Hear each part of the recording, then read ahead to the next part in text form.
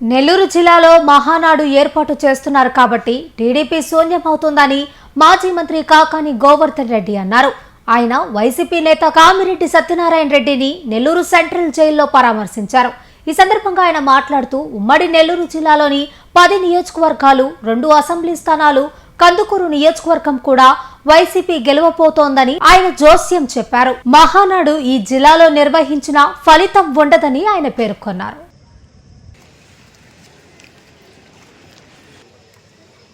ఒకసారి ఒక అక్రమ కేసు పెట్టి అరెస్ట్ చేశారు. ఆ తర్వాత మరొక పీటీ వారెంట్ వేశారు. ఆ తర్వాత 3వ పీటీ వారెంట్ ఎప్పుడో పాతది ఒకటి తీసుకొచ్చి దానిలో ఇది ఈయన పాత్ర ఉంది అని చెప్పిన ఒక కన్ఫెషన్ తీసుకుని ఈరోజు ఆయన్ని ముద్దాయం చేసి ఈరోజు రకరకాలుగా కింద కోర్టు నుంచి హైకోర్టు దాకా కూడా వెళ్ళడం జరిగింది బెయిల్ కోసం. ఈరోజు దానికి సంబంధించినటువంటి ఆ విషయాలన్నీ కూడా ఒకసారి ఆయనతో మాట్లాడి ఆయన పరామర్శించాలనేటువంటి ఆలోచనతో ఈరోజు మేము అందరం వెళ్ళి ఆయన కలవడం జరిగింది. ఈరోజు ఒకసారి సత్యనారాయణ రెడ్డి గారిని చూస్తే సత్యనారాయణ రెడ్డి గారు ధైర్యంగా ఉన్నాడు, ఆయన ఆరోగ్యంగా ఉన్నాడు.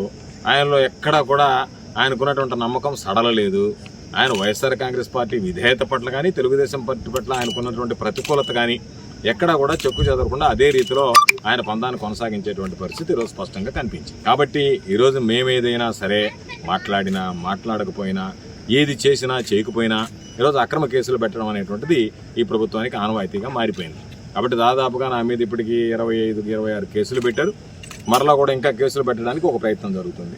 ఏది మాట్లాడినా పోలీసుల ముందు వెళ్ళి మీరు అన్యాయం చేశారని చెప్పి ఎదిరించినా అది కేసు అవుతుంది, నేరం అవుతుంది. అంటే పోలీసులు తీసుకువెళ్ళొచ్చు, వేసి కొట్టొచ్చు, వాళ్ళని హింసించవచ్చు, అన్ని రకాలైనటువంటివి చేసినా కూడా చివరికి వచ్చేటప్పటికి కేసు బనాయిస్తున్నారు. అందుకనే ఈరోజు నెల్లూరు జిల్లా ఎస్పీ గారిని, గూడూరు సంబంధించినటువంటి సిఐని, రూరల్ ఎస్ఐని, అక్కడ ఉన్నటువంటి కానిస్టేబుల్ అని వాళ్ళందరినీ కూడా హైకోర్టు పర్సనల్ అపీరెన్స్ ఇచ్చింది. అంటే వీళ్ళు హైకోర్టు మెట్లు ఎక్కాల్సినటువంటి పరిస్థితి ఏర్పడింది. దాని అర్థం ప్రైమా ఫేసి కేసు ఉంది కాబట్టి మీరు తప్పు చేశారు, హింసించారు, లాకప్ హింస జరిగింది, లాకప్లో వేసి కొట్టారు, ఒక దళితుడిని వేసుకొని కొట్టారు కాబట్టి ఎస్సీ ఎస్టీ కేసు కూడా మీరు అవసరం ఉంటే ఎఫ్ఐఆర్ నమోదు చేయండి అని చెప్పి హైకోర్టు ఎస్పీ గారికి డైరెక్షన్ ఇస్తూ ఎస్పీ గారితో సహా ఎవరైతే చేయి చేసుకున్నారో అక్కడ ఉన్నటువంటి ఆ దళితుని తీసుకొచ్చి వాళ్ళ కొడుకు ఏదో ఫ్లెక్సీ కోసేసాడని చెప్పి చేసుకున్నారో వాళ్ళందరూ కూడా ఈరోజు కోర్టులు ఇంట్లో కాల్సినటువంటి పరిస్థితి ఏర్పడింది. కాబట్టి భవిష్యత్తులో మీరు చేసేటువంటి తప్పులు అన్నీ కూడా మరలా చెప్తున్నాం. మీరు ఏ విధంగా అనుకున్నా, ఎన్ని కేసులు పెట్టినా మా ఆలోచన విధానంలో కానీ మేము పోయేటువంటి పోకడలో కానీ మార్పు రాదు. వైఎస్ఆర్ కాంగ్రెస్ పార్టీ శ్రేణులందరం ధైర్యంగా ఉన్నాం.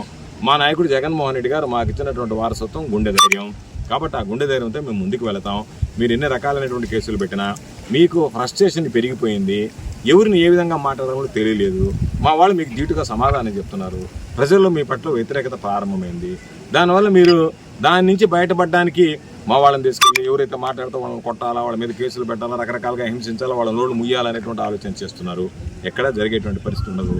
మీరు అణగదొక్కాలని ఆలోచన చేసే కొద్దీ వాళ్ళందరి మీద కూడా తప్పనిసరిగా విచారణ జరిపిస్తాం. విచారణ జరిపించే చర్యలు తీసుకుంటాం.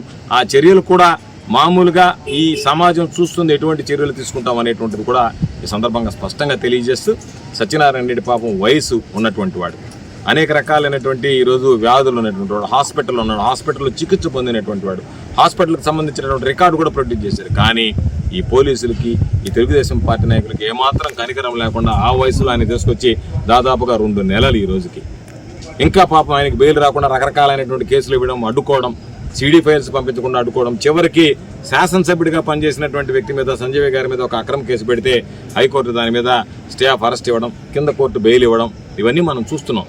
కాబట్టి న్యాయస్థానాన్ని ఆశ్రయిస్తాం. న్యాయస్థానాల పట్ల, న్యాయ వ్యవస్థ పట్ల మాకు నమ్మకం, విశ్వాసం ఉంది. కాబట్టి ఈ పోలీసు వ్యవస్థ చేసేటువంటి అరాచకాలు కానీ, ఈ అధికార పార్టీ నాయకులు చేసేటువంటి ఆగడాలు కానీ న్యాయ వ్యవస్థ ద్వారా మేము తప్పనిసరిగా ఎదుర్కోవడానికి ప్రయత్నం చేస్తామని చెప్పే సందర్భంగా తెలియజేస్తూ, ఎవ్వరం కూడా భయపడేది లేదు, జడిసేది లేదు, బెదిరేది లేదు, అదిరేది లేదు. మేము తప్పనిసరిగా జగన్మోహన్ రెడ్డి గారి నాయకత్వంలో ముందుకు వెళ్తాం. అందుకనే ఈరోజు మహానాడు నెల్లూరులో ఏర్పాటు చేస్తే నెల్లూరు జిల్లా వీక్గా ఉంది కాబట్టి నెల్లూరు జిల్లాలో మహానాడు పెట్టారు. నెల్లూరు జిల్లాలో మహానాడు పెడితే నెల్లూరు జిల్లాలో ఎంత ఉద్దిగ్గా ఉన్నారు తెలుగుదేశం పార్టీ నాయకులు అంటే దానికి సంబంధించి ఒక దగ్గర ఎక్కడ పెట్టాలనే దగ్గర ముందు కొట్లాడుకున్నారు. ఆ మాట మేము చెప్తే, అరే మీరు ఎక్కడ పెట్టాలనే దగ్గర కుమ్ములాడుకుంటున్నారు కదరా బాబు, ఏం మహానాడు జరుపుతారు మీరంటే రోజుకు ఒకరిని పెట్టి తిట్టిస్తున్నారు మమ్మల్ని. గోవర్ధన్ రెడ్డికి ఏం సంబంధం అంటే ఎందుకు సంబంధం లేకుండా పడి మీరు 10కి 10 స్థానాల్లో ఓడిపోయేటువంటి వాళ్ళు మీరు. కాబట్టి 10కి 10 మీరు ఓడిపోతారు. 10కి 10 వైఎస్ఆర్ కాంగ్రెస్ పార్టీ గెలుస్తుంది, కందుకూరు గెలుస్తాం, 11 గెలుస్తాం, 2 పార్లమెంట్ గెలుస్తాం అంటే దానికి రోజు ఒకరిని పెట్టి అన్ని ఊడిపోయిన నాయకులన్నీ బయటకు వస్తున్నాయి. వచ్చి ఒక్కొక్క రోజు ఎరగదీస్తున్నారు మైకుల దగ్గర అదట్ట ఇదిట్ట అని చెప్పి వాళ్ళని కింద ఆ మాట్లాడినటువంటి వ్యక్తుల కింద ఉండేటువంటి చూస్తే ఒక వారం రోజులు అన్నం తినడానికి కూడా బుద్ధి పుట్టదు వాళ్ళకి. అంత దరిద్రంగా అంత భయంకరంగా నెటిజన్లు వాళ్ళ గురించి కామెంట్ చేసేటువంటి పరిస్థితి ఏర్పడింది. కాబట్టి ఇకనైనా మీరు అవి చూసి బుద్ధి తెచ్చుకోండి. మీ పరిస్థితి ఏ విధంగా ఉంది ప్రజలు ఆలోచన చేయండి. కాబట్టి ఖచ్చితంగా మేము మరలా చెప్తున్నాం, మీరు 100 మహానాడులు జరుపుకున్న ఈ 3 సంవత్సరాల్లో నెల్లూరు జిల్లా వైఎస్ఆర్ కాంగ్రెస్ పార్టీ కంచుకోట పెట్టని కోట లాంటిది. నెల్లూరు జిల్లాలో కందుకూరుతో కలిపి 11 నియోజకవర్గాలు గెలుస్తాం. దాంతోపాటు 2 పార్లమెంట్ గెలుస్తాం. చంద్రబాబు నాయుడు వచ్చిపోయినంత మాత్రాన మైనస్ తప్ప చంద్రబాబు నాయుడు పాదం పెడితే ఈరోజు మనం చూసాం. పక్కన ఉన్నటువంటి తమిళనాడులో ఎక్కడెక్కడైతే చంద్రబాబు నాయుడు తిరిగాడో పోయిన తుడిచిపెట్టుకుపోయింది. ఏఐడిఎంకే అక్కడ కూటమి ఎన్డీఏ తుడిచిపెట్టుకుపోయింది. కాబట్టి చంద్రబాబు నాయుడు నెల్లూరులో పెట్టినంటే నెల్లూరు జిల్లా మొత్తం తుడిచిపెట్టుకుపోయినట్టు లెక్క. కాబట్టి మీరైనా ఒకసారి చెప్పి ఈ ప్రాంతాల్లో ఆయన పర్యటించకుండా ఉంటే ఎన్నో మీకు ఏదైనా ఓట్లు వస్తాయి. లేకపోతే మీరు గెలిచే దేవుడికి అసలు మీరు డిపాజిట్లు కోల్పోయేటువంటి పరిస్థితి ఏర్పడుతుంది. కాబట్టి ఈ ప్రభుత్వం ఏం చేసిందని ప్రజలు వస్తారు.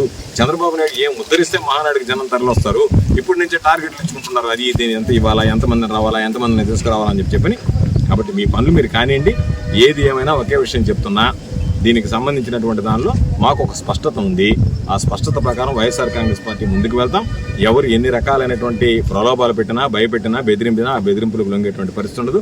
చివరికి మీరు కూడా జాగ్రత్తగా ఉండాల్సినటువంటి పరిస్థితి ఏర్పడింది. మీడియాకు కూడా ఈరోజు మీడియాకి సంబంధించినటువంటి మిత్రులను కూడా కలిసి వచ్చాం.